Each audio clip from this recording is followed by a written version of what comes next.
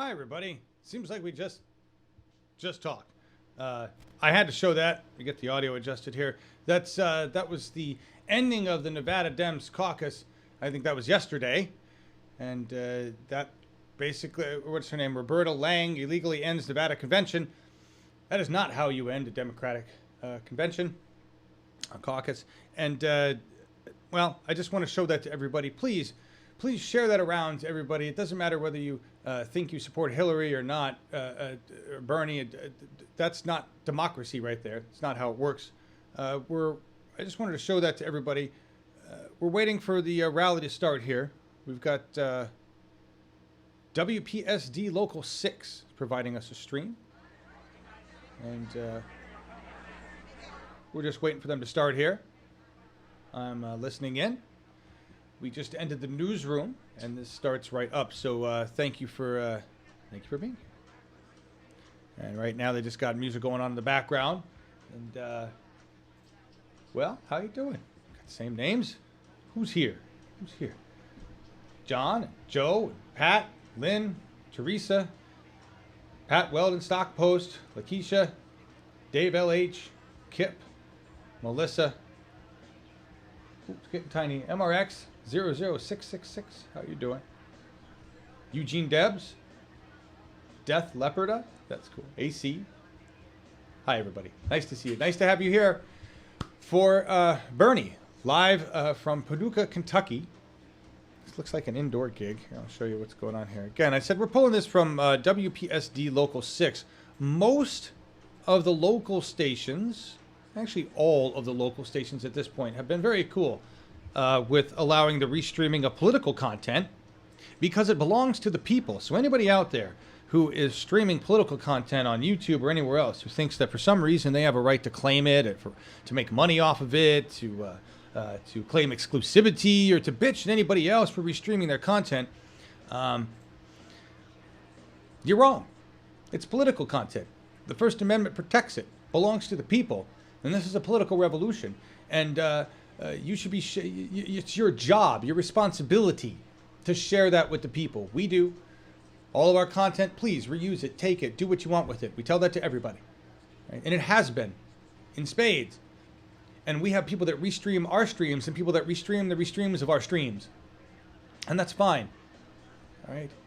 But we're in this together. Anyway, WPSD Local 6. Thank you very much. They're an NBC affiliate. And as soon as we have that going, we'll cut to it. There it is right there. We do have comment mods today. Thank you all for being here and continuing this. Hi, Joe420. My name is John. This is Bernie 2016 TV. We were just on politicalrevolution.tv. We just were. I will, Marissa. Just a little bit. I just got done preaching. I don't want to go too hard. Actually, here, why don't you guys look at the crowd for a second while I'm going to... Can I just get a show of hands? Yeah, John, been a while? Yeah. Get a show of hands. How many of you were here for the newsroom earlier? Just go, yep. So I could get an idea, because we're going to sear your eyeballs out again, maybe. Give me a second here. I know I got this thing out of frame. I need to get the comments going. Is it just bad? Is it just you running comments? Thank you so much. I know you're working so hard. I know you're getting the sheet set up. Let me make sure I got the right one, everybody. We'll get this party started. If you haven't heard, Bernie, national poll, 5.1 percentage points above Clinton nationally. We're getting out of the margin of error there, everybody.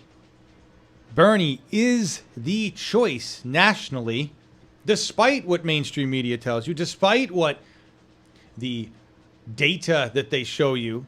I use the term data loosely.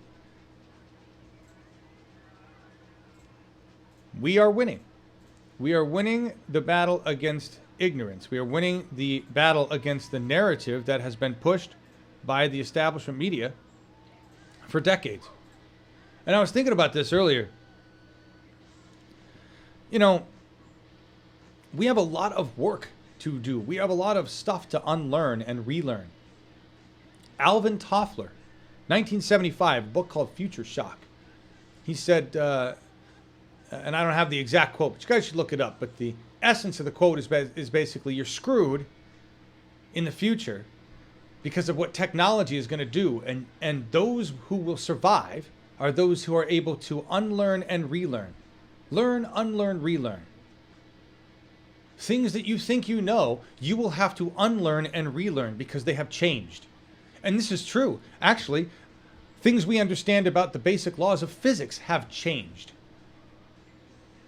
We've solidified some things. We've determined that some things were wrong. This is the beautiful thing about science that people misunderstand. Science, and I'm going into science because I feel like it for a minute. Science is a peer review cycle of making sure they're not wrong. And the only reason it's called a scientific theory is because it leaves itself open to being proven wrong. Right? So when we say a science fact, all right, look, science facts are science facts. We could say that, and we could argue the scientific theory of gravity is a gravitational theory because it's currently the most it is how we understand gravity. But that theory of gravity, the fact that gravity is what when you drop an object, it falls, or when you hold an object near it, it falls. Okay, the fact that gravity exists is undeniable. Okay? The theory of gravity, as we understand it, though, is open to peer review at all times because that is how science works. Things aren't just decided, locked in stone, and then moved on. That's the way the Catholic Church functions. That's the way governments function. And it shouldn't be, because the way the scientific community functions is, okay, that's the way we think of it now. Let's make sure it stays that way. Keep testing it. And if anybody finds anything remotely wrong with it, let's take a look at that. Which tells you that the things we call scientific theories that are the predominant theories that we acknowledge as being true, those have been under scrutiny for a long time. Now, I'm rattling off on all of this, mostly because I finally got to see, you guys had shown this to me, you guys had pointed it out. Oh, it's Bad Wolf and Sec. Thank you, guys. Bad Wolf and Sekmar are running comments right now. Do we have enough for me to kick it in? Do you want me to kick it in? Do you want me to wait? We got comments going. We'll start. Why not? Oh, are they going?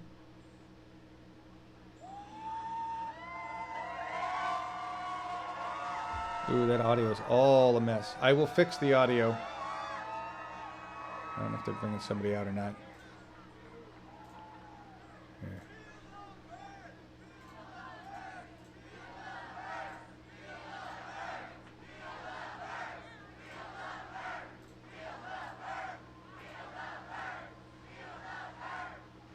Here, I'm going to switch the audio over to mono. There you go.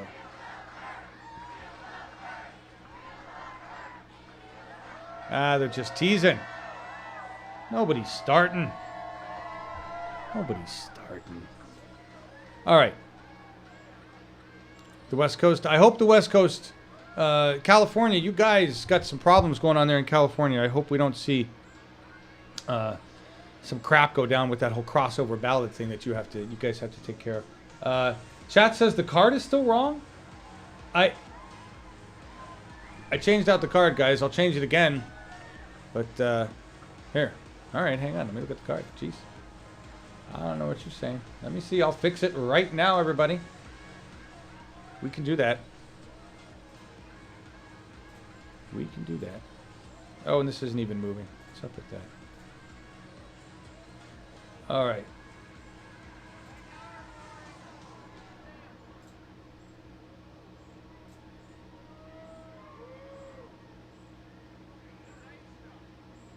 Oh.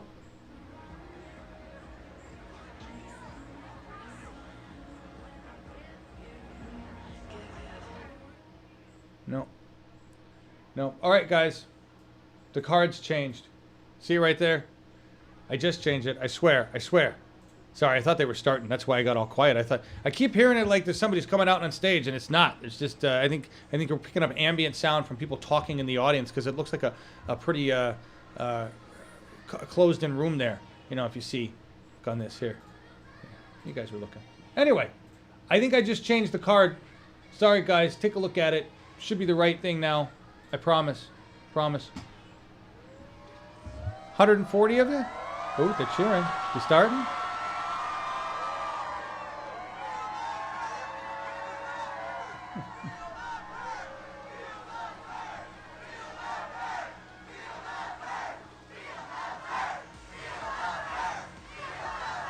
Nah.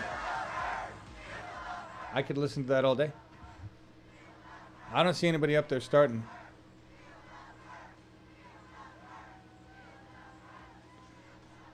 Of course, now I don't even remember what the hell I was talking about, right? Let's see if you have any questions. That's part of what makes this fun. It's trying to monitor the feed and talk to you at the same time. Let me get to the comments here. We love your lower third. Thank you, Jill R. There are a lot of people that complain, actually. All right, that looks like somebody's coming up on stage. Here we go.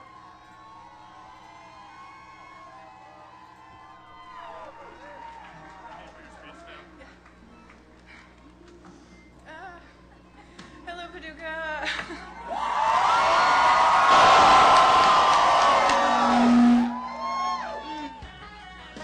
A few months ago, I realized that I was putting Bernie Sanders bumper stickers on my bumper.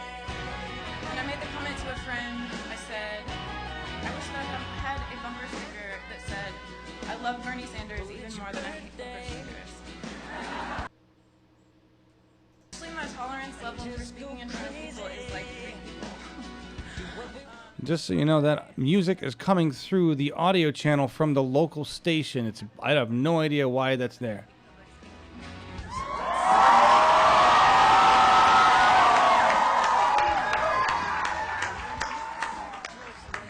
About a year ago, I was feeling beat down by my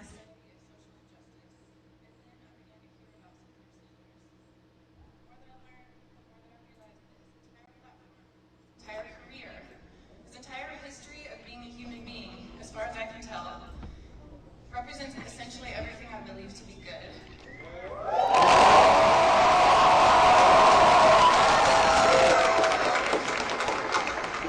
I believe that Bernie Sanders understands the truth about our nature. He understands that real power is the power that is used to end power. And he speaks to the way we are meant to live together. He recognizes that for too long, the majority of people in this country have been living in a system that alienates us. From each other, from the political process, and from our planet. One of my favorite poets, David Wright, says that exile is not simply a matter of being in the wrong place. It can be a matter of being in the wrong conversation. And for too long in this country, we've simply been in the wrong conversation.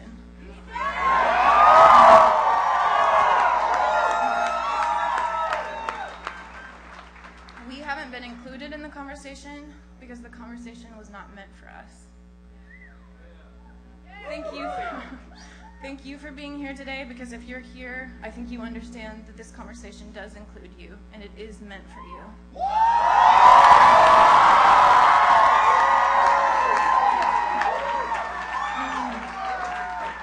I have deep gratitude for Bernie Sanders and for the power of this movement, for showing us what we are capable of, for showing me what I'm capable of.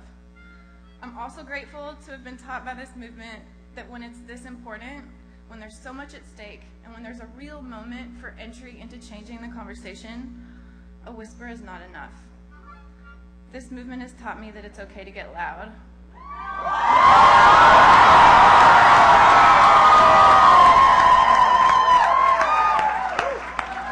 And this is someone that I've been able to spend a lot of hours with for this movement, who's not so shy and who's really good at getting loud, Aaron Bug.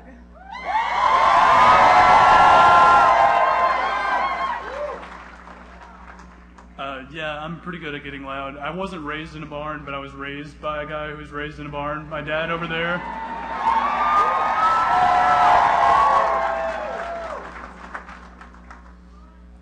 I spent the past few years working as a very liberal deckhand on a very conservative towboat. And though my crew and I often butted heads every time Fox News was on, at the breakfast table, I learned working with them that despite our polarized political parties, we all struggled in the same way. When I wasn't working on the boat, I was traveling. And along the way, I met Aussies who made a living minimum wage. I met Danes graduating from college tuition-free. I met Scots with universal health care. And I met Swedes who, instead of dehumanizing their prisoners, they rehabilitated them.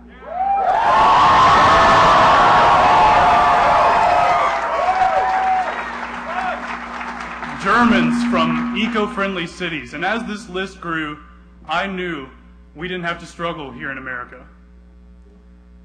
And these friends of mine told me that their people achieved and kept these great successes by getting educated and engaged and making their demands loud and clear to elected officials at all levels of government.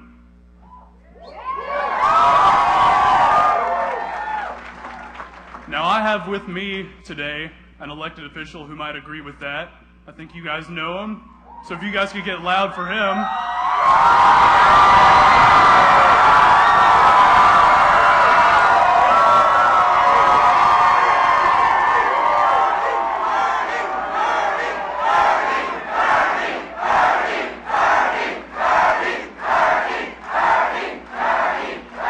It's my pleasure to introduce to you, Paducah, the next President of the United States, Senator Bernie Sanders.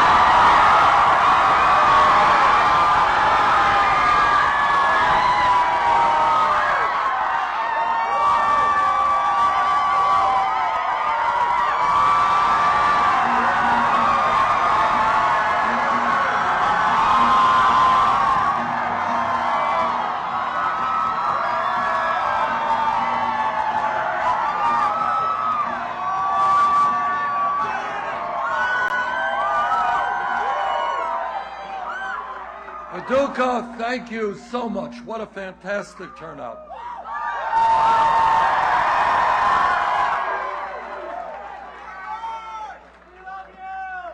Let me thank Cass Bessert.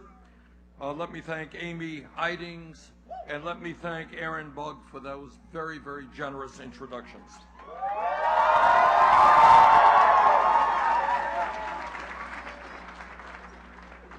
Let me start given the fact that this is a political meeting, I'll talk a little bit about politics. And then I want to get to something that actually interests me even more, and that is what is going on in this country and how, whether we're in Kentucky or whether we're in Vermont, we can make the kind of transformations that we need to make in order to make America the kind of country that you and I know we can become. Politically, we began this campaign a little bit over a year ago. And when we began, you know, many of the pundits said, well, Bernie combs his hair very nicely. And he's a GQ kind of guy.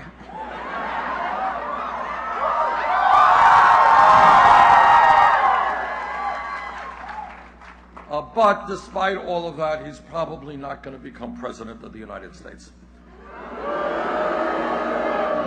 So when we began, we were 50, 60, 70 points behind in the polls, behind Secretary Clinton. And nobody really thought this campaign would go very far. But a lot has changed in the last year. As of today, we have now won 19 state primaries and caucuses.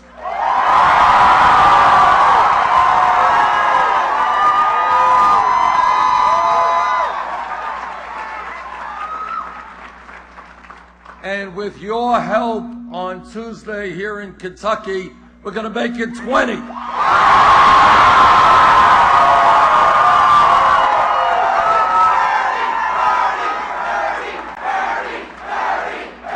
And Oregon also votes on Tuesday, and we hope to make it 21 in Oregon. Now, I will be very honest with you. is that for us to win the nomination, for us to win the number of pledged delegates that we need, pledged delegates being the delegates that are really elected by the people, to win those, we're going to have to do very, very well in the remaining 8 states. We're going to have to, right now we've won about 45.5% of the pledged delegates, but we're going to have to win about 65% of the remaining delegates in order to go into the Democratic Convention with a majority of pledged delegates. And that is why we need your help big time right here in Kentucky.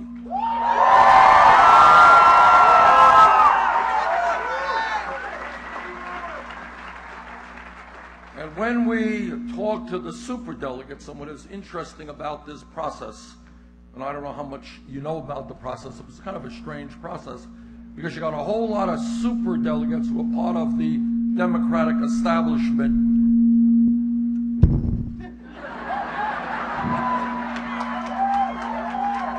And we've been taking these guys on from day one, but over 400 superdelegates decided and announced that they would vote for Hillary Clinton before anybody else got into the race. Before the very first ballot was cast in the Democratic primary process. And what we are going to tell those superdelegates is that if they want the strongest candidate to defeat Donald Trump, Bernie Sanders is that candidate.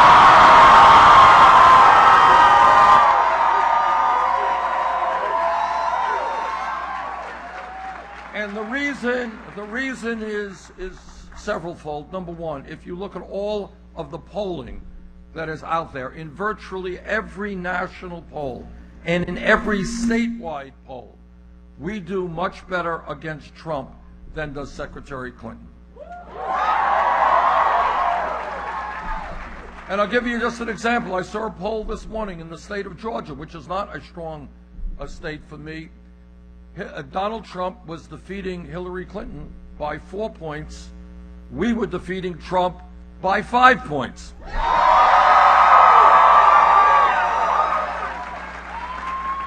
And we're seeing that all over the country. And the reason is that Secretary Clinton does very well with Democrats, so do I. But there are a lot of independents in this country. And we do very well with the independents. The other thing about this campaign that has been very gratifying to me is that in primary after primary and caucus after caucus and poll after poll, we end up winning by very large numbers the support of younger people. And by younger people, you know, for the young people here, as you get older, the definition of young changes radically. So you got some 90 years old, he's a vibrant young man. Oh. But we win with folks 45 years of age or younger. And why that is important, and I hope everybody takes note of that, is that obviously our ideas, our vision, a vision of America based on economic justice, social justice, racial justice, environmental justice, that is the future of America and the Democratic Party.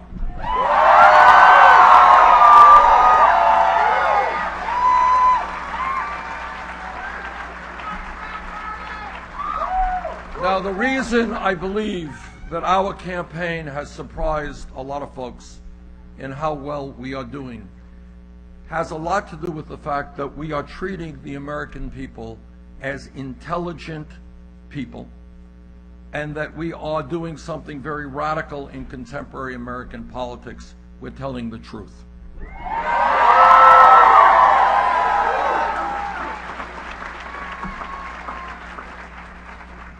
Now, the truth is not always pleasant. It's not pleasant in our personal lives. It is not pleasant necessarily in our national life. And very often there is a tendency to just push hard realities under the carpet. Why do I want to talk about these things? Let's just do a poll. Let's figure out what I can say to people and get some votes, tell some jokes, and I can win an election. But the truth is that today, the crises that we face as a nation in Kentucky, in my state of Vermont and all over this country are so severe that we cannot push those realities aside. We're going to have to deal with them. And I believe that a nation as great as ours has the courage, can have the courage, to address those issues and resolve them. And here are some of the realities that I think we have to deal with. I am the former chairman of the U.S. Senate Committee on Veterans Affairs. And I know that in Kentucky you have a proud military history, and I know you have many people who have put their lives on the line to defend this country. And we say thank you to all of you for your service, and we say we will not turn our backs on the needs of veterans in this country.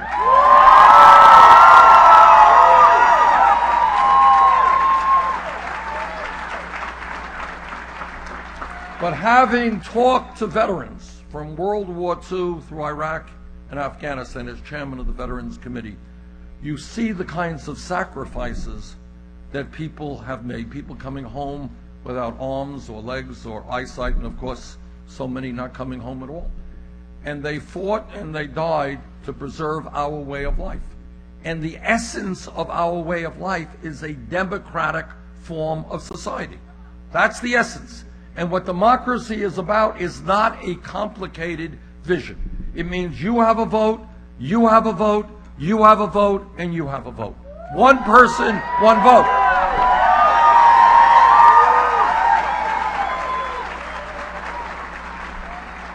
Democracy does not mean billionaires spending hundreds of millions of dollars to buy elections.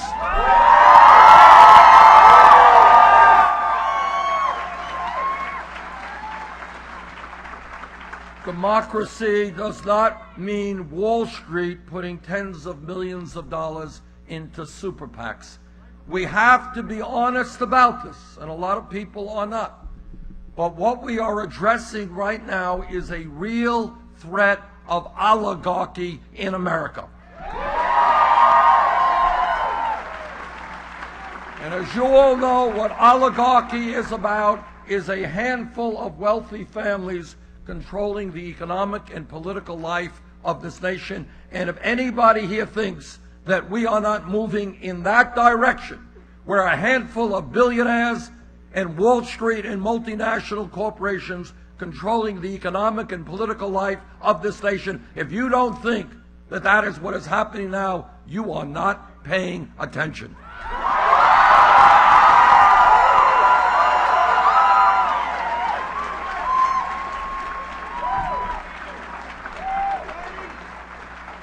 So what we are going to do together, number one, is we're going to overturn this disastrous Supreme Court decision on Citizens United. And what Citizens United, as you know, says to the billionaire class, it says, hey, you guys already own the economy, you own much of America, now we will allow you to own the United States government. And I want to tell you, one of the leaders of that whole effort for Citizens United, and one of the guys who wants to go even further than Citizens United, is your own Senator Mitch McConnell.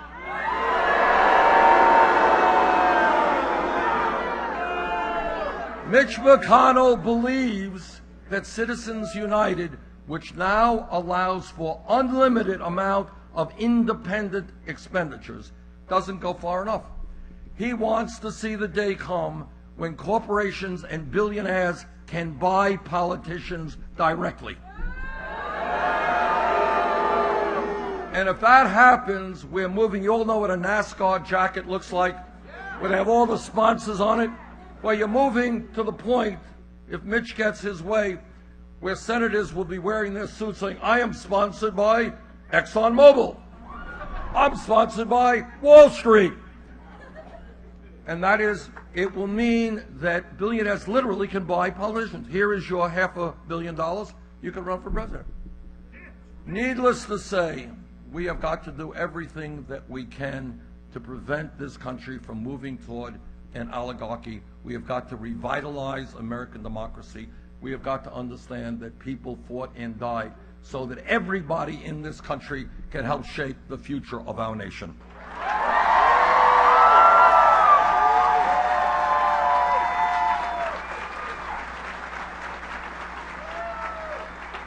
But it is not just a corrupt campaign finance system that we have to take on. It is very much a rigged economy.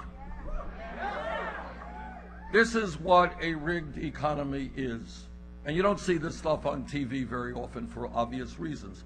So let me just tell you what a rigged economy is. A rigged economy is when the top 1/10 of 1% of the people in our country today, not 1%, 1/10 of 1% now owns almost as much wealth as the bottom 90%. A rigged economy is when the 20 wealthiest people own more wealth than the bottom half of America, 150 million Americans. A rigged economy is when one family, the Walton family of Walmart, you are familiar with the Walton family. Walton family owns more wealth than the bottom 42% of the American people. You know, when we were kids and in school, we looked at countries where you had a handful of families controlling those countries.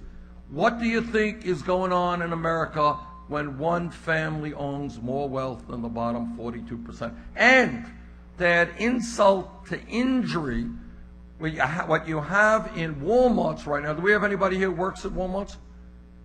No, okay. What you have at Walmarts right now is the workers there are being paid wages that are so low that many of those employees are forced to go on food stamps and Medicaid. Who is paying for those food stamps and Medicaid to help those workers? Congratulations. On behalf of a family worth more than $120 billion, I want to thank you for helping to subsidize them. They are very grateful to you. But you see the absurdity of working families having to subsidize the wages of the wealthiest family in this country. So I say to the Walton family, get off of welfare, pay your workers a living wage.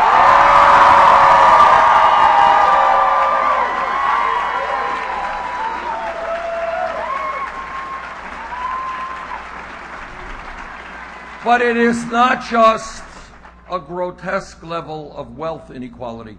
Think for a moment outside of the box. Take a deep breath and look at what's happening in the economy. Number one, over the last 25 years, there has been a massive redistribution of wealth.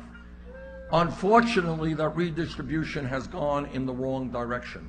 It has gone from the hands of the middle class and working families to the hands of the top 1/10 of 1%, who now have seen a doubling of the percentage of wealth they own as opposed to 25 years ago. So the very, very, very rich are getting much richer. Middle class is shrinking. We got 47 million people living in poverty. Number two, when you look at America today, everybody knows there has been an explosion in technology and worker productivity. That means the average American worker is producing a lot more than he or she did 30 years ago. And yet, despite that, millions of workers in this country are working longer hours for lower wages. In my state, and I suspect it's not any different here in Kentucky, we got people who are working 2 jobs, 3 jobs, just to cobble together the income and the health care they need to take care of their families. Is that true here? Yeah. Right. So how does it happen? Think about it. That with explosion of technology, which makes us more productive, people's incomes are going down, and we now work as a nation. American people work the longest hours of any people in the industrialized world. Japanese are very hard workers. We work longer hours than do the people in Japan.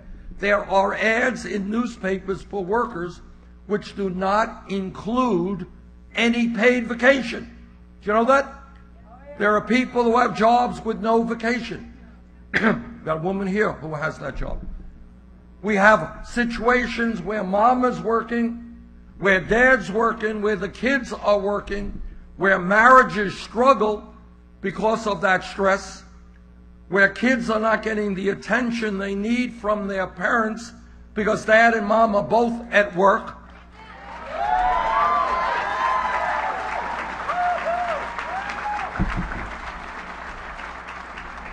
Why? Why is it happening? And that's right. It is happening because the people on top want it all. Well, I got news for them. If together we make it to the White House, those days are over. We're going to...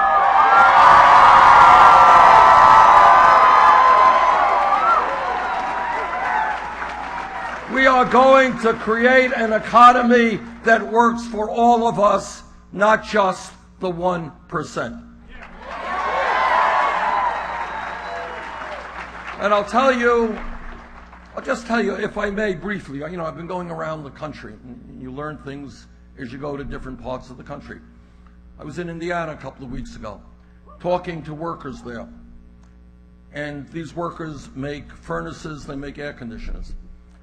The company there, United Technology, a couple of years ago paid its CEO, was not doing a good job, so they got rid of him. They gave him a severance package of $171 million, which is not uncommon. That's what these guys do. And then recently they go to the workers in Indiana and they say to them, sorry, we're shutting down our plants here, throwing 2,100 workers out on the street. We're going to Monterrey, Mexico, and we're going to pay workers there $3 an hour. I was in Atlantic City recently, New Jersey. You go there, the casino industry is in very tough shape. Donald Trump had something to do with that, by the way. Some billionaire comes in and buys casinos. And he says to the workers, you're going to have to take a major cut in pay. We're going to have to take a major cut in your health care benefits. That's what's going on in Atlantic City. A couple of days ago, I was in South Dakota at the Pine Ridge Indian Reservation. Does anybody know what is going on in Pine Ridge? What is going on in Pine Ridge is the unemployment rate is totally off the charts. What is going on in Pine Ridge is the school system is failing the children. Drug addiction is rampant. Life expectancy, how long people live, is the equivalent of third world countries in South Dakota. I was in McDonald County in West Virginia. And what I learned there is that in that impoverished county in southern West Virginia, life expectancy is 18 years lower for men than it is in Fairfax, Virginia, 6 hours north. 18 years different. And that is true in sections of Kentucky as well. In other words, what we are seeing in inner cities, in Flint, Michigan, in rural white communities, what we're seeing on reservations is massive levels of poverty and misery that should not be taking place in the wealthiest country in the history of the world.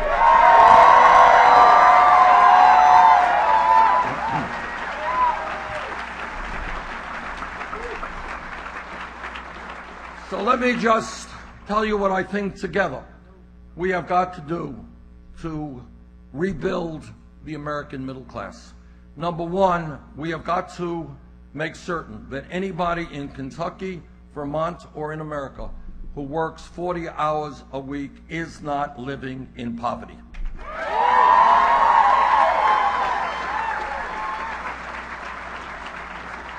That means we have to raise the minimum wage to a living wage, $15 an hour.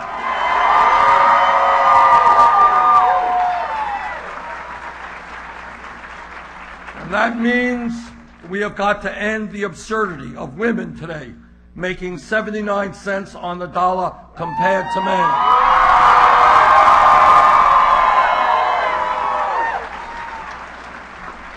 That has nothing to do with economics. It has everything to do with sexism. And I know that the men in this room will stand with the women in the fight for pay equity.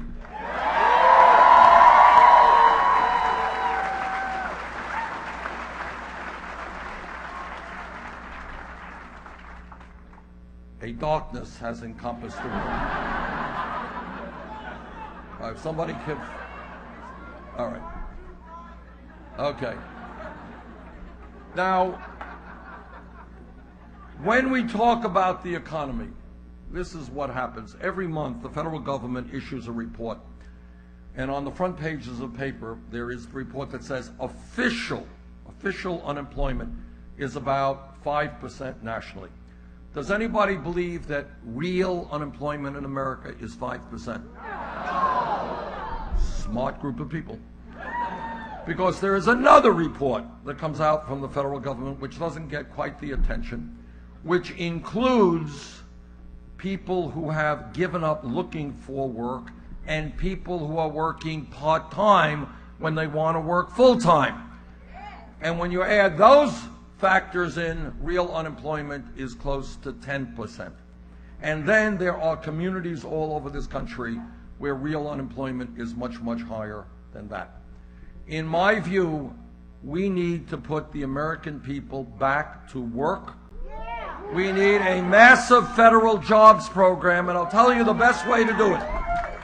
In my state of Vermont, we have roads that have so many potholes, people go over them, they disappear for weeks, and then we thaw them out in the springtime.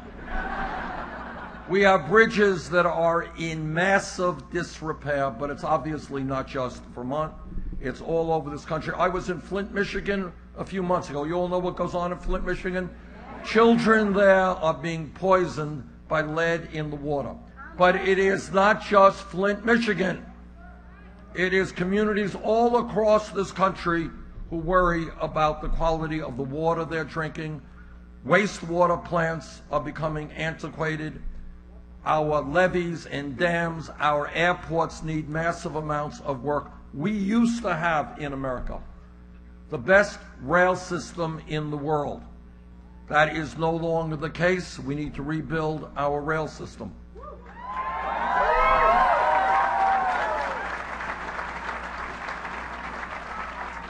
In fact, I was just in Bowling Green yesterday. And there was, you probably all know the location, there's a spot where there's an old railroad depot.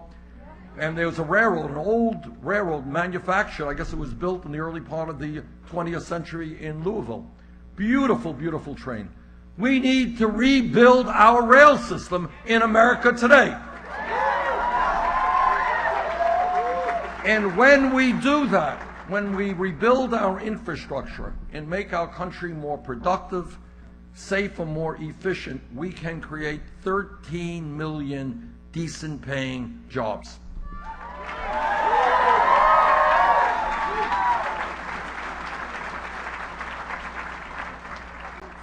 So our mission is to say that in this great country, the middle class cannot continue to decline.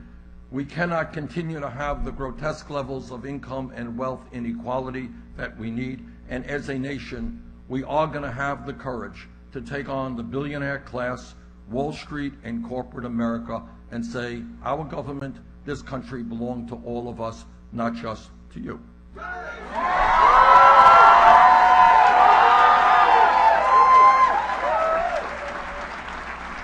Let me give you an example.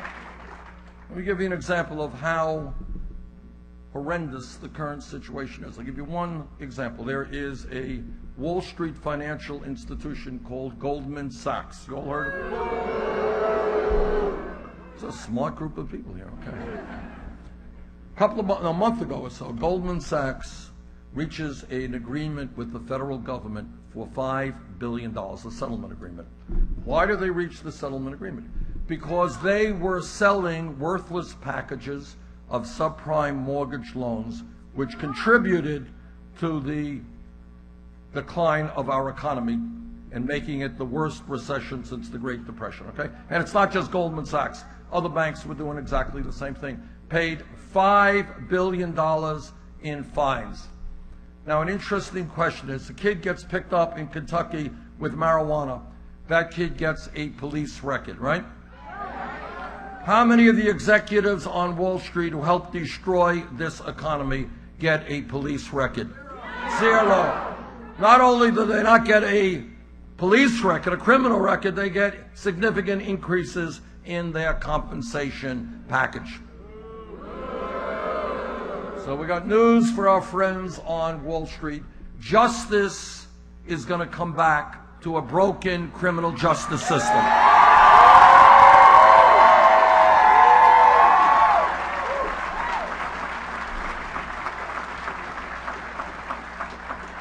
And when we talk about a criminal justice system, this is another issue that we cannot sweep under the rug. Here are the facts. Today in America, we have more people in jail than any other country on earth. Sure. We have 2.2 million people in jail. We're spending $80 billion a year to lock them up. Now, in order to address this issue, we're going to have to ask, what are some of the causes? Well, I'll tell you one of the causes. You go to communities around this country, in rural areas, in inner cities in this country, and you know what you're going to find? You're going to find youth unemployment, kids who have graduated high school. Youth unemployment of 30, 40, 50%. And when kids hang out on street corners and have nothing constructive to do, bad things happen. And that is why I believe we should be investing in jobs and education for our young people, not jails and incarceration.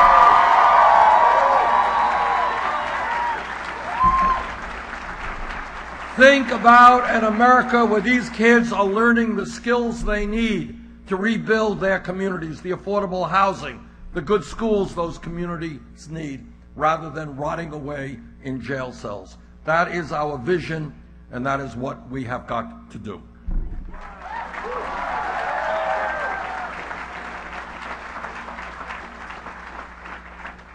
When we talk about criminal justice, it is important that we talk about reforming local police departments. Do we have a health issue over here? Excuse me. All right, we got a medical. Okay, please. I think we have.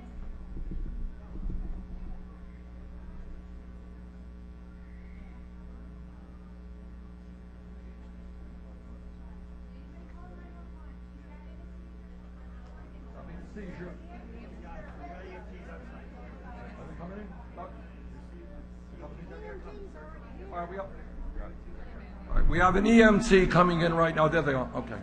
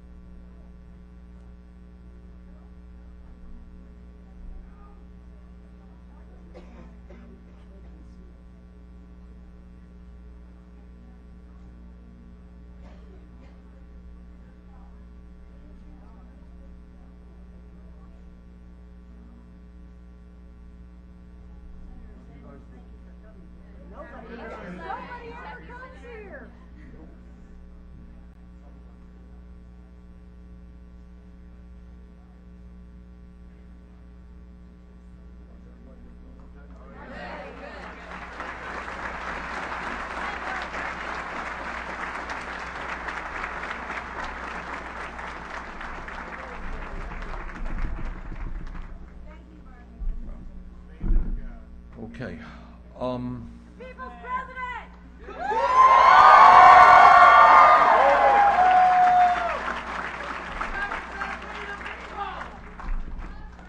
Well, what I was talking about is the need for criminal justice reform and looking at local police departments as well.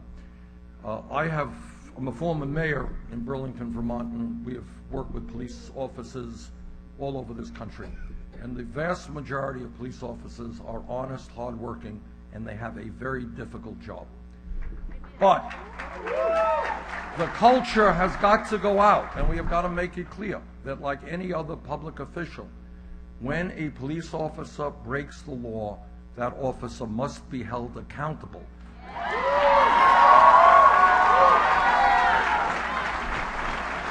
There are too many communities all over this country where people do not have the confidence they should in their police departments, and that has got to change. And the other thing that we have got to do is to demilitarize local police departments.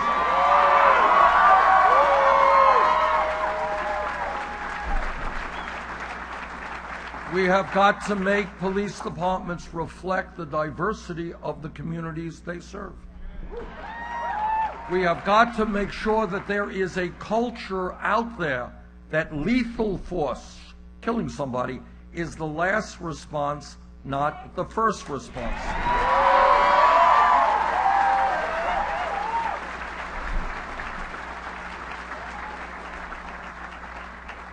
We have got to end private ownership of prisons and detention centers.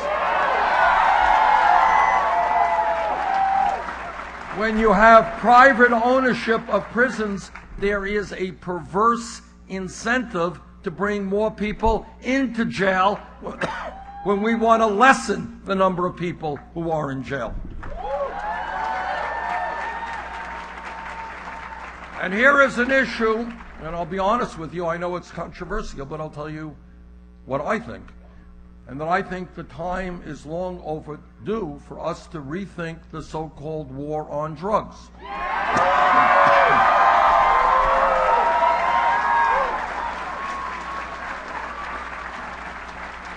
Now, I know not everybody agrees with me, but let me tell you what I found.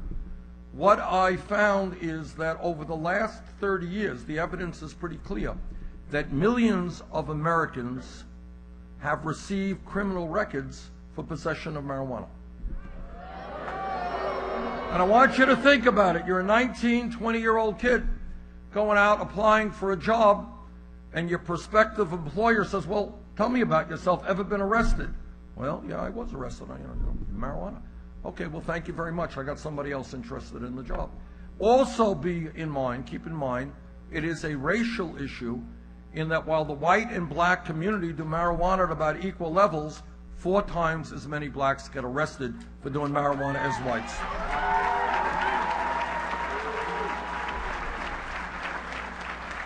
That is why I believe that at a time when marijuana is listed as a Schedule I drug, right alongside of heroin in the Federal Controlled Substance Act, we should be taking marijuana out of the Federal Controlled Substance Act.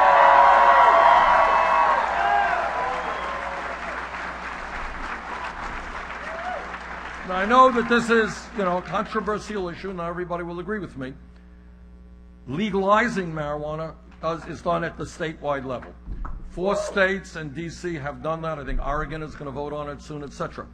But that's a state decision, but I don't think that possession should be a federal crime. But let me now, when we talk about drugs, let me get to a really, really difficult issue that I know is a very serious problem here in Kentucky, and it is a very serious problem in my state, and in fact, it's a growing problem all over this country. And that is the issue of opiate addiction and the issue of heroin addiction.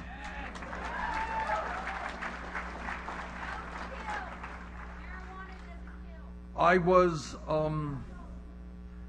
in Kentucky. I visited. My son and I just went through the state, a beautiful state, a couple of years ago. And we stopped into a school, and I won't mention the town. You would know the town, but I won't mention it. And I got to speak to some of the administrators there and some of the teachers. And the football coach says, you know what? This is how serious the problem is. 11 kids on my football team are no longer, use the word homeless, but they're not homeless. They were just not living with their families anymore because their parents were strung out on opiates. 11 kids in a football team. This is a national problem. And the questions that we have got to ask ourselves is, A, what is the responsibility of the pharmaceutical industry, okay, in producing these drugs?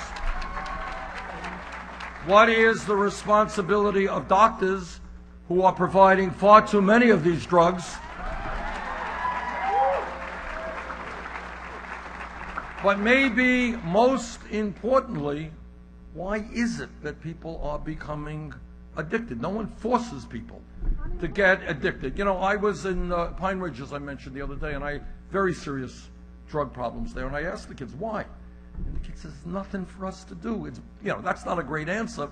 But if you don't have a job, if school is not going well, if you don't have a future, I guess getting high in that context makes sense.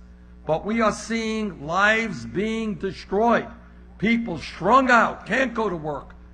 And bad situations become worse. Now, I don't think anyone has a magical solution to the problem, but I do say this. We are not going to go forward unless we recognize that addiction, opiate, heroin addiction, substance abuse, have got to be treated as health issues, not criminal issues.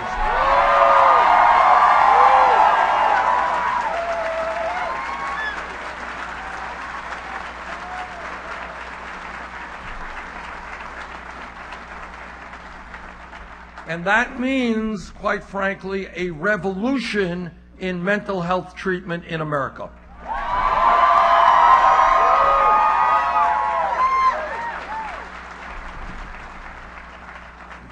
We need a mental health system which says that when somebody is in mental health crisis, when somebody wants to break an addiction, they should be able to get the care they need when they need it, not 6 months from now.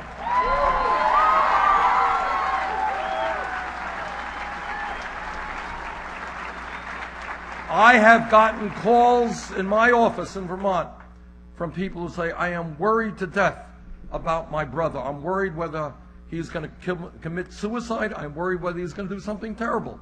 And we cannot find the mental health treatment we need, that we can afford. That has got to change, because it's not only addiction. You got thousands of people walking the streets of this country today who are suicidal or homicidal. They need help, and they need it today, not tomorrow.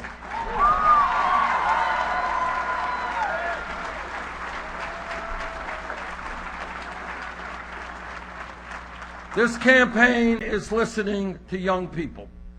And what young people are asking me is why it happens that when they do the right thing, they go out and get the best education they can, they end up $30,000, $50,000, $70,000 in debt.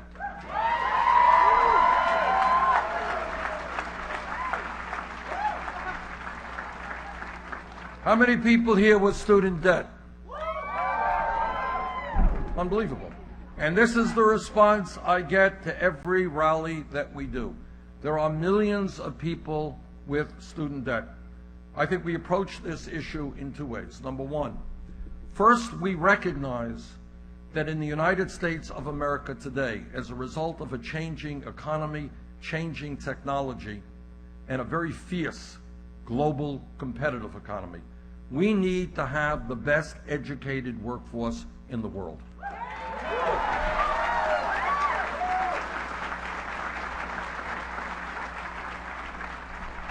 Second of all, 50 years ago, 40 years ago in Kentucky or in Vermont, you had a high school degree, you were doing pretty well. You would be able to go out, get a decent job, and make it into the middle class. By and large, there are exceptions, but by and large, those days are over. People today need more education, need more training. And that is why I believe that in the year 2016, when we talk about public education, we must be talking about making public colleges and universities tuition free.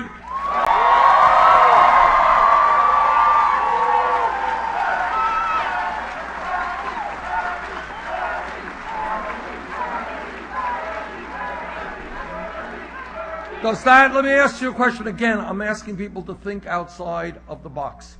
Does that sound, think about it, is that a radical idea? No! It really is not. The world has changed. Our educational system has got to change. People need more education.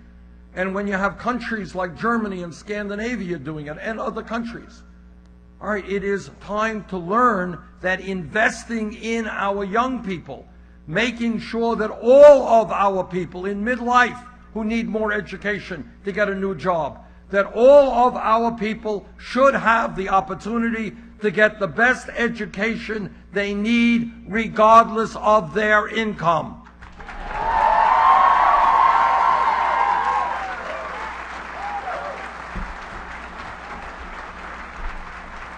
Let me also say something equally important. I grew up in a family that didn't have a lot of money. My parents never went to college. I know that in Kentucky, Vermont, all over this country, you got kids in the 4th grade and the 6th grade. Their parents never went to college. They don't have any money. And the idea in their own minds that they will ever go to college is about as likely as going to the moon. It is not within their worldview. And these are the kids who drop out. These are the kids who get into trouble. I want every parent, every teacher, and every child in this country, in the 4th grade and the 6th grade in high school, to know that if you study hard, if you take school seriously, regardless of the income of your family, yes, you will be able to get a higher education.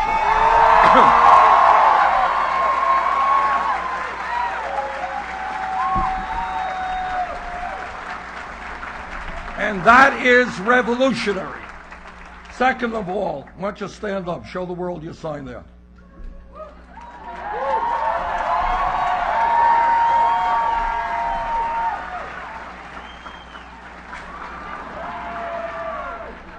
Well, that's one way of phrasing it. It's succinct.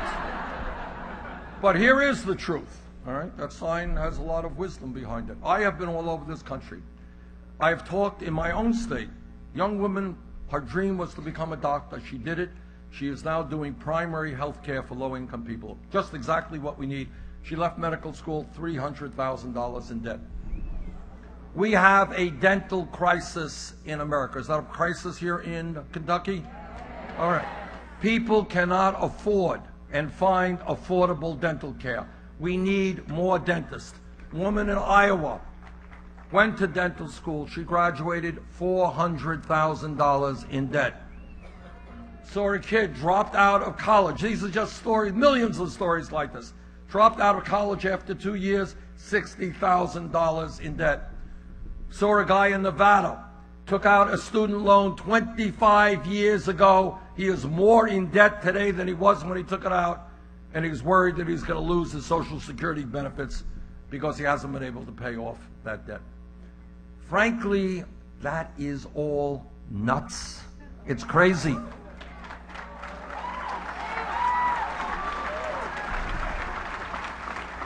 You know, it's like poisoning our water. It doesn't make any sense. I want everybody. This is not just me.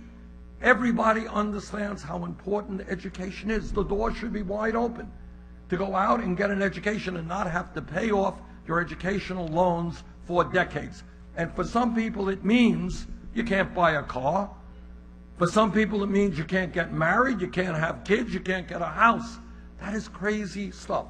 So for student debt, what we propose is allowing people with that debt to refinance their loans at the lowest interest rates they can find.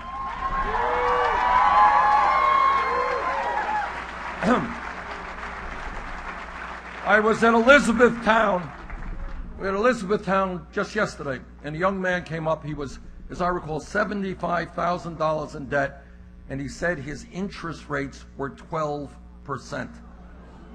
Now that's very high. Most people have lower interest rates. But when you can get interest rates to buy a car or to buy a home at 3 or 4%, you should not be paying 6, 8, 10, 12% on your student debt. Now, people say, well, Bernie, you know, you're a nice guy. You want to make public colleges and universities tuition free. You want to lower student debt. How are you going to pay for it? And let me tell you exactly how we're going to pay for it. This country bailed out Wall Street after their greed and recklessness and illegal behavior brought this country into the worst economic downturn since the Great Depression. I didn't vote for the bailout, but Wall Street got the bailout. It seems to be that now that Wall Street is doing ever so well, it is time to impose a tax on Wall Street speculation.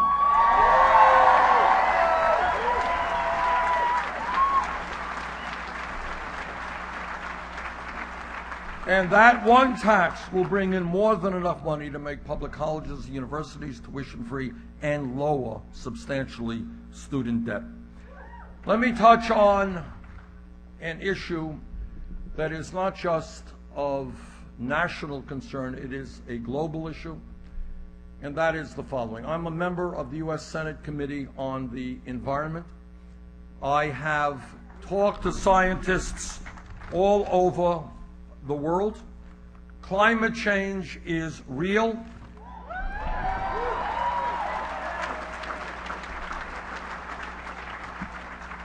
Climate change is caused by human activity, and climate change is already doing devastating harm in our country and around the world. That's just the facts.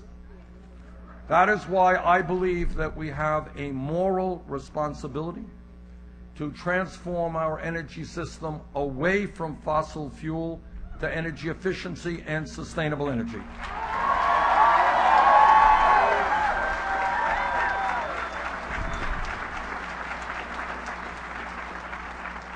I understand very well, and I speak to you as perhaps the strongest pro-worker member of the United States Senate.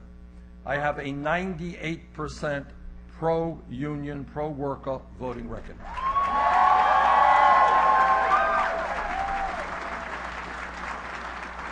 And I'm proud to have been endorsed by many, many unions. I do understand that a transition away from fossil fuel to sustainable energy and energy efficiency will impact many communities throughout this country. And that is why I have introduced legislation which has $41 billion in it to rebuild those communities who might be hurt through that transition.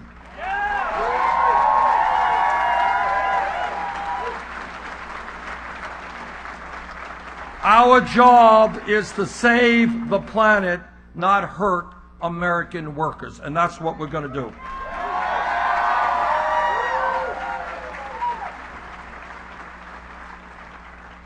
When we think about moving outside of the status quo, we have got to ask ourselves a very simple question. How does it happen that in the United States we are the only major country on earth that does not guarantee health care to all people as a right?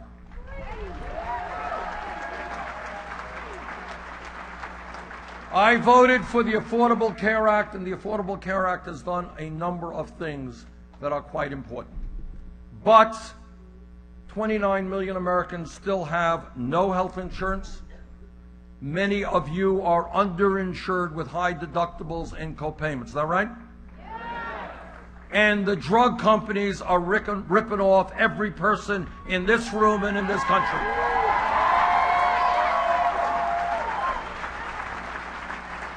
Drug companies charge us by far the highest prices in the world, and yet last year the top 5 drug companies made $50 billion in profit combined.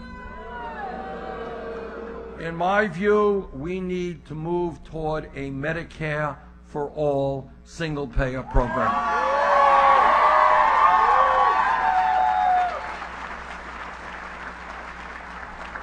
And by the way, if anybody in this room or in this state wants to know what kind of president I will be, take a look at Governor Bevin and what he is doing, and then think about the exact opposite, and that's Bernie Sanders.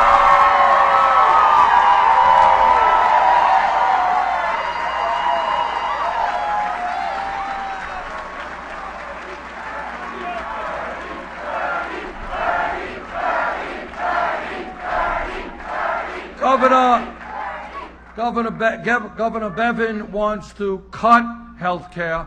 I think health care is a right of all Americans. Governor Bevin wants to cut education. I want to expand educational opportunities in this country.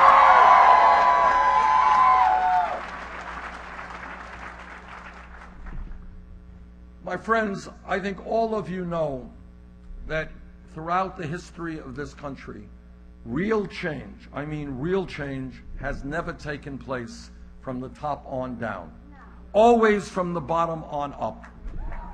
You know, it's never about a president waking up in the morning and saying, oh, I've got a great idea. I think I'll sign a bill or propose a bill and we'll address this problem. That is not the way it happens. Think back 100+ years ago. Think back about the coal miners here in Kentucky who were being exploited ruthlessly. And with great courage and with great struggles that are known all over this country, they stood up and they said, we are human beings. We're not animals. We will be treated with dignity. We are going to form unions, United Mine Workers and others.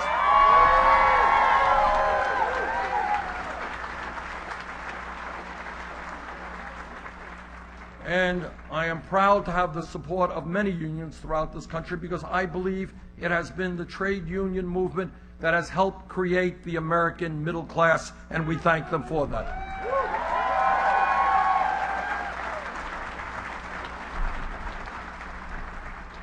And you think about the civil rights struggle. Think about 100+ years ago when racism and segregation and bigotry were rampant in this country. But extremely brave African Americans and their allies stood up, and they were beaten, they were jailed, some were killed, to say that in America, racism and bigotry will not continue.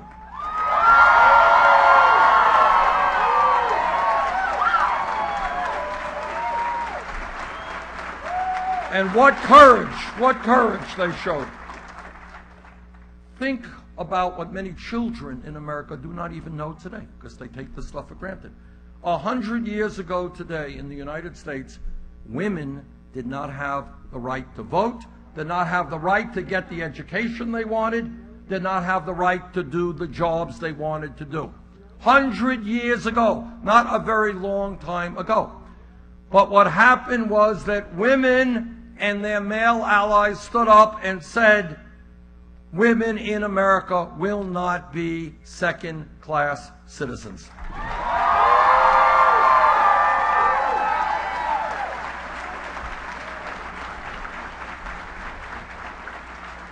But to make that happen, women went on hunger strikes, women went to jail, some women died in that struggle. But that is how change takes place. I'll give you another example. If we were here 10 years ago, somebody jumps up and says, you know, Bernie, I think that gay marriage will be legal in 50 states in this country. Person next to her would have said, no, you're wrong. It can't happen. There is too much bigotry and homophobia in America. But it did happen. And it happened.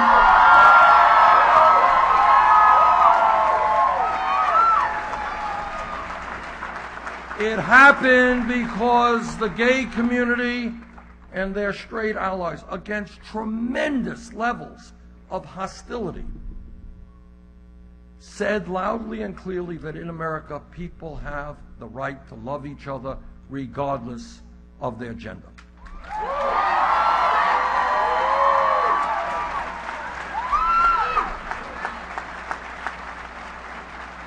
And I want to give you one more, even more contemporary example in terms of how change takes place. If we were in this room 5 years ago, no time at all, somebody jumps up and says, you know, Bernie, the $7.25 an hour minimum wage is a starvation wage. We've got to raise that minimum wage to $15 an hour. I guarantee you that the person next to them would have said, $15 an hour? You are nuts. You want to more than double the minimum wage. Maybe $8, maybe $10, who knows? 15, you're too radical. You're thinking too big. But then what happened is workers in the fast food industry, workers in McDonald's, in Burger King, in Wendy's, they went out on strike, and they said to the world, we cannot live on $7.25 an hour. And then what happened is they gained more and more support. Seattle, Washington passed legislation, $15 an hour.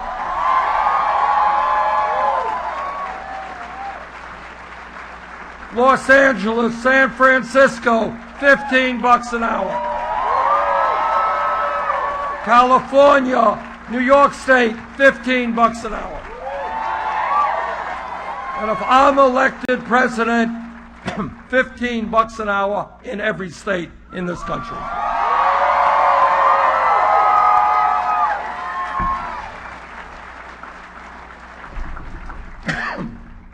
What is my point?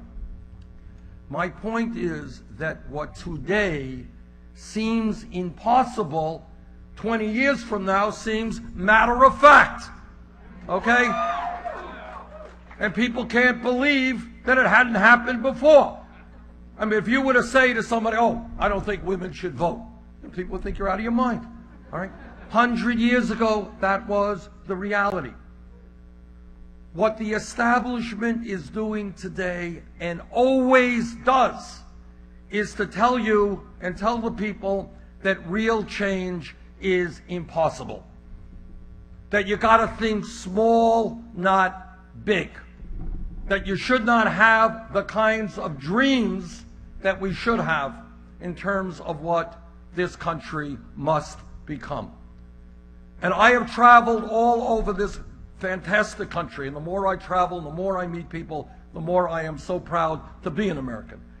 I have traveled all over this country, and what I am seeing now is people looking around them, and they're saying, wait a second, why do we have such a grotesque level of income and wealth inequality? It is not right that 58% of all new income created today is going to the top 1%. Why is it that the great middle class, once the envy of the entire world, continues to shrink, and people are working longer hours for lower wages? Why is it that women are making 79 cents on the dollar compared to men? Why is it that kids cannot afford to go to college or are leaving school $50,000 in debt? Why is it that we are the only major country on earth that does not guarantee paid family and medical leave?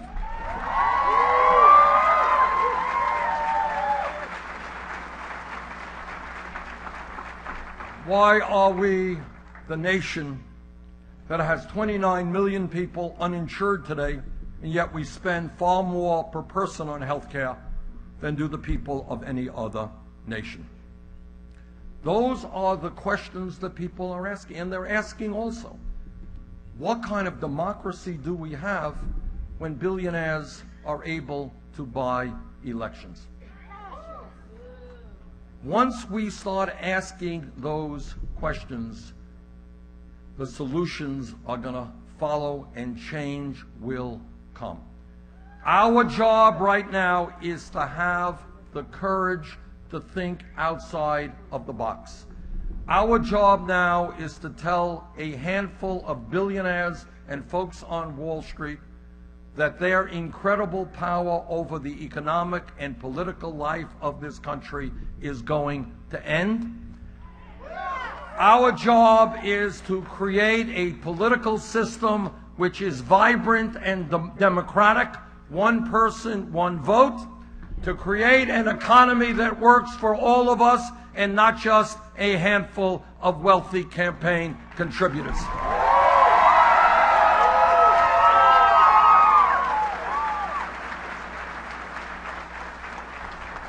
There is nothing that I have said to you this afternoon that is not supported by the vast majority of the American people, whether they are conservative or moderate or progressive. Yes, these ideas are opposed by the 1% and Wall Street, and I say, so what?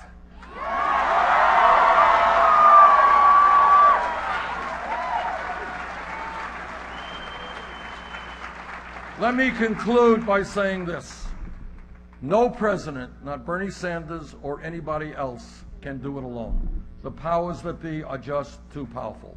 The only way we transform America is when millions of people come together, black and white and Latino and Asian American and Native American, gay and straight, men and women. When we come together as a people and fight for the rights of our children and our parents and for the working families of this country, there is nothing that we cannot accomplish. That's what this campaign is about.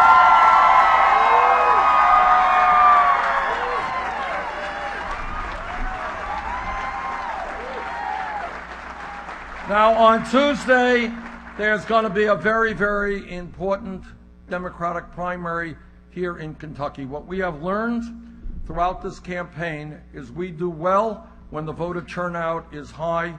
We do not do well when the voter turnout is low. Let us see on Tuesday a record-breaking turnout at the Democratic primary.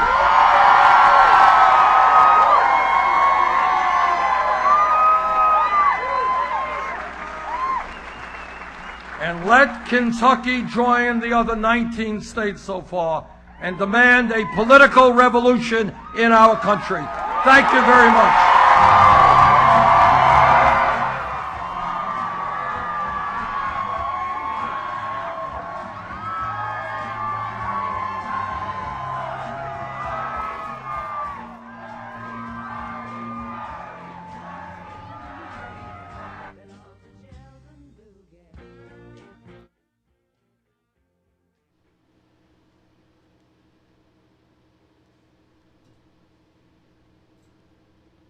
All right, everybody, that was Bernie Sanders from Paducah, Kentucky, and that last 10 minutes that you just heard, that was new.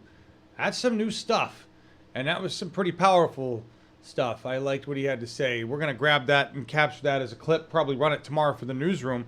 That was badass. And I don't know if you caught it. A lot of the things,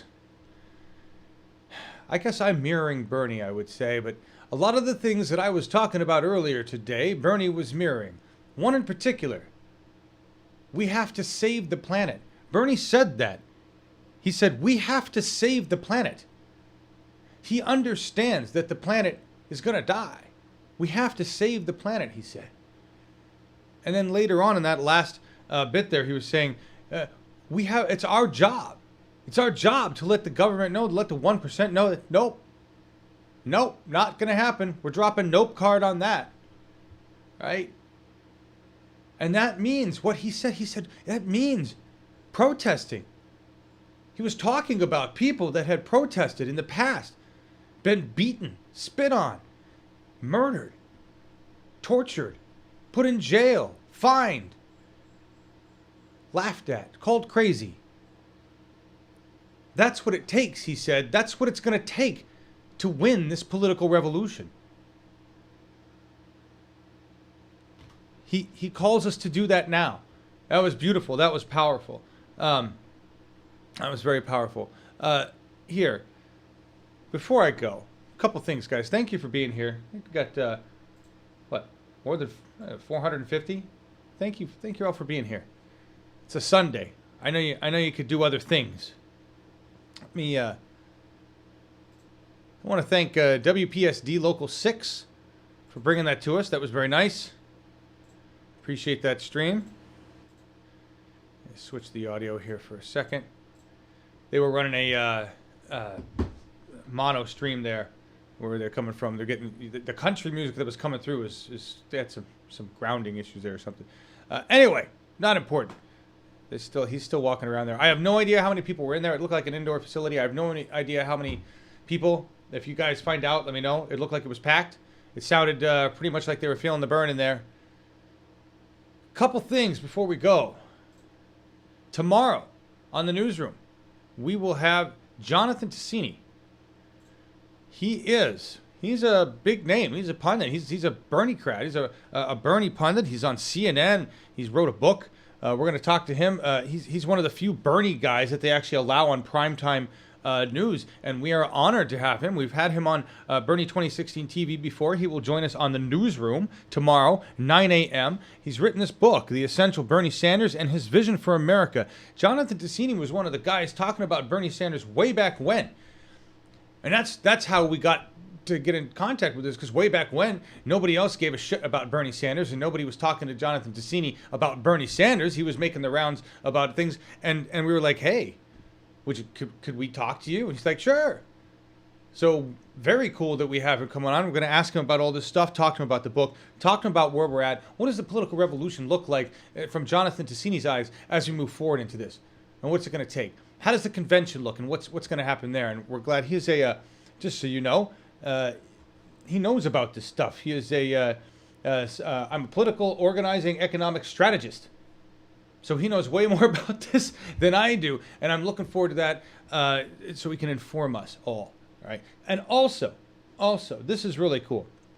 I don't know if you guys remember I think it's on here. I'm going to, hang on a second. Let me show you this. Just hang with me before we go, everybody. Hang in there.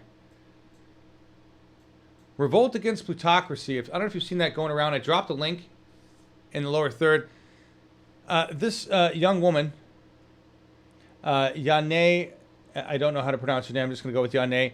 She was on CNN as a Bernie supporter, and she just ripped it. She was awesome. She was a badass, explaining why she is Bernie or bust. And she's got a fundraiser here, and I'm we're going to talk about it more tomorrow, but this is in support of the Bernie campaign. I think it's a pay her expenses. Let's see. Let me read what this says. Revolt Against Plutocracy is helping fund Yane to travel from and around Oregon and California. She got on CNN.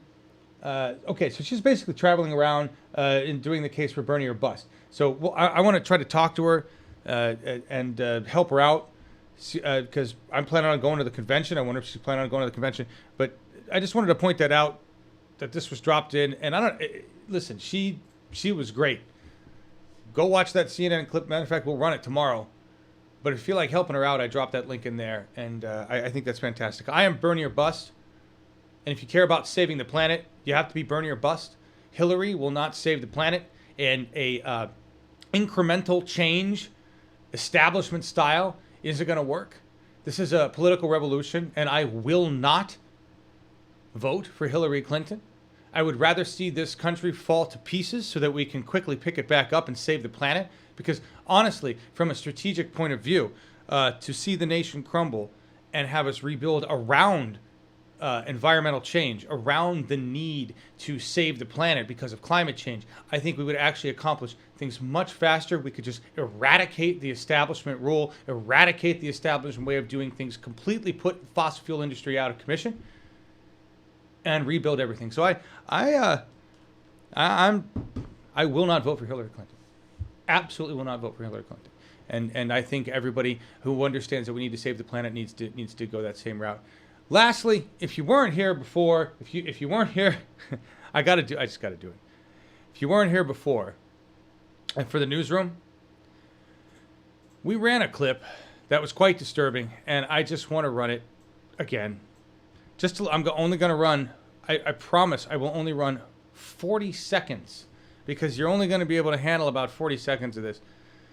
We spend some time pulling your music videos. You guys take such wonderful, those of you in the audience who participate, you always send me links to different music videos. You send me links to all the creative, amazing things, animations and plays and stuff like that Hamilton thing, and so much good stuff, the good old-fashioned music that's just Bernie Sanders stuff.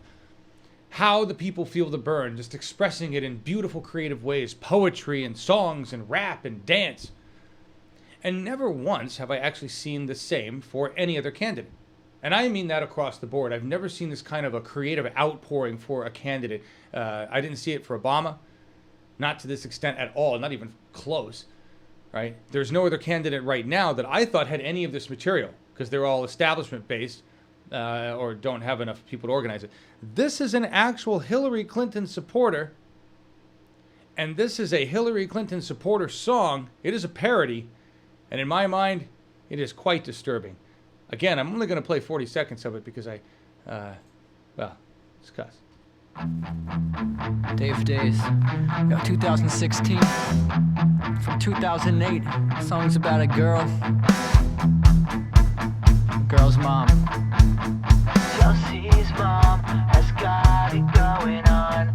Chelsea's mom has got it going on. Chelsea's mom has got it going on. Chelsea, can I come over after your day's done? We can hang around at your Manhattan mansion. I promised 40 seconds.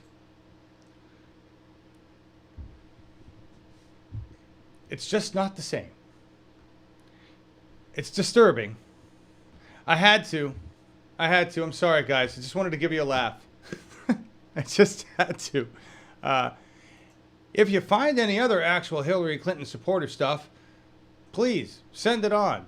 I'm going to guess it's just as fascinating as that was. I'm going to leave you with the other song I ended with simply because it is badass. And this is an example of the kind of stuff you get when you're dealing with authenticity and truth, which is what you get with Bernie Sanders. We will see you guys tomorrow. Newsroom, 9 a.m. Pacific, noon Eastern. Don't forget, we have special guest John Tassini. And am I forgetting anything, guys? And you know I'm forgetting something. Puerto Rico tomorrow. Phone bank, face bank. Be relentless. This is a war. Wars don't take vacation. Be relentless. We're winning. We've won. Just got to keep going. Feel the burn.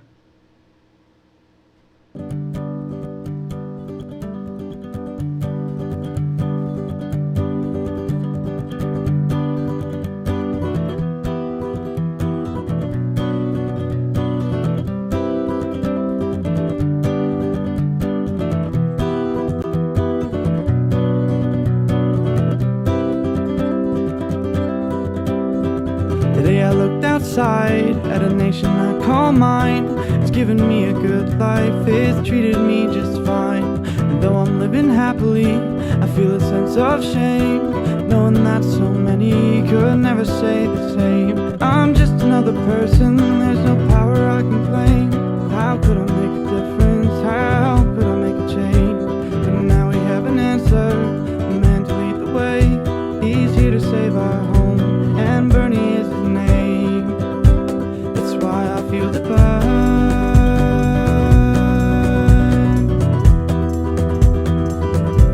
That's why I feel the burn.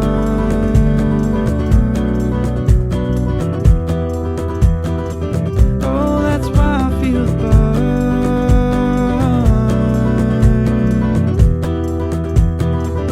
Ooh, that's why I feel the burn.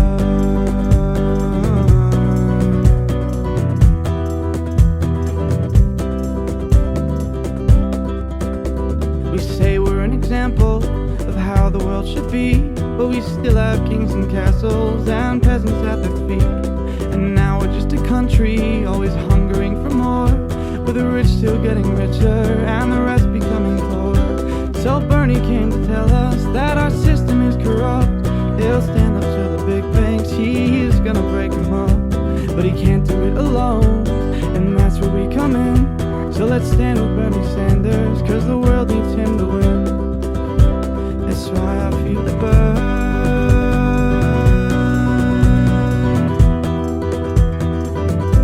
That's why I feel the burn.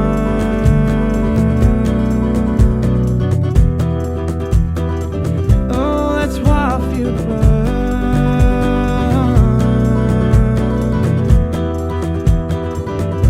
That's why I feel the burn.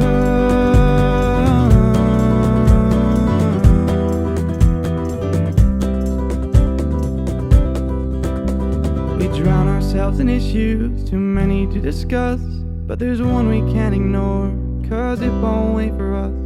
To put it plain and simple, our earth is very sick. Climate change is real, there's no denying it.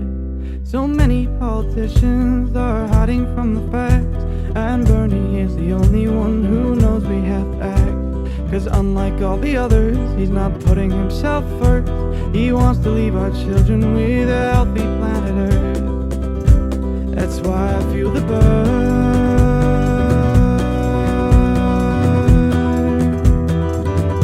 That's why I feel the burn.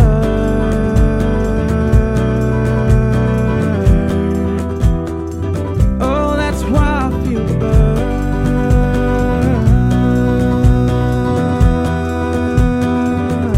That's why I feel the burn.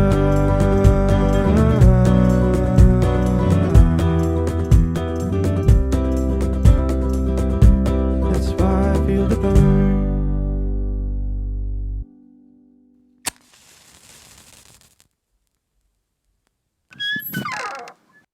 Huge